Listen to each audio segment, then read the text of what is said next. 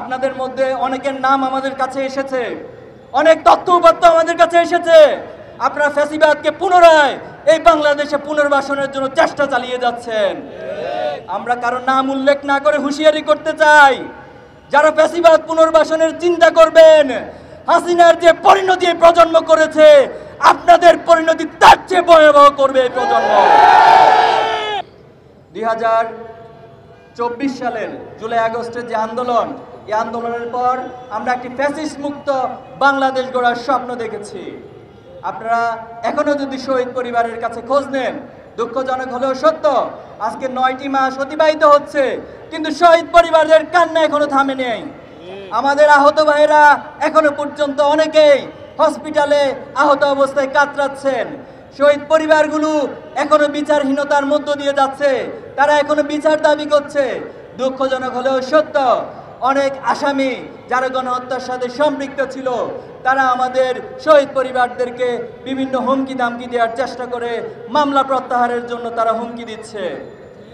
সংগ্রামী উপস্থিতি, আজকে যারা সরকারে বসে আছেন, যারা প্রশাসনে আছেন, আপনারা অবশ্যই এই গণহত্যার সুষ্ঠু বিচার আপনাদেরকে করতে হবে। আপনারা মনে রাখবেন, আপনারা সাধারণ কোনো প্রক্রিয়া ক্ষমতায় বসেননি, আপনারা কোনো আইনি প্রক্রিয়া মেনটেন করে ক্ষমতায় বসেননি। তাই গণহত্যার বিচারের জন্য আমাদেরকে কোনো আইনি প্রক্রিয়া, কোনো হাইকোর্ট দেখানোর রাজনীতি করবেন না।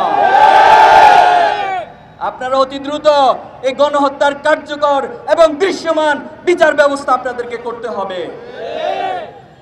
আপনাদের মধ্যে অনেকের নাম আমাদের কাছে এসেছে, অনেক তথ্য উপাত্ত আমাদের কাছে এসেছে। আপনারা ফ্যাসিবাদকে পুনরায় এই বাংলাদেশে পুনর্বাসনের জন্য চেষ্টা চালিয়ে যাচ্ছেন।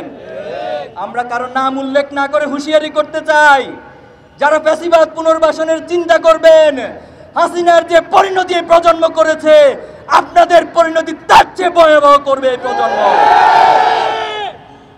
সংগ্রামী উপস্থিতি, আমরা একটি নতুন বিপ্লবের স্বপ্ন দেখছি। আমরা আপনাদেরকে আহ্বান জানাতে চাই, আমরা একটি চূড়ান্ত বিপ্লব এই বাংলাদেশে অদূর ভবিষ্যতে সংগঠিত করব ইনশাআল্লাহ। একটি চূড়ান্ত বিপ্লবের ইশতিহার ঘোষণার জন্য প্রস্তুতি নেওয়ার জন্য ছাত্র সমাজ সহ দেশবাসীকে প্রস্তুতি নেওয়ার উদাত্ত আহ্বান জানাচ্ছি।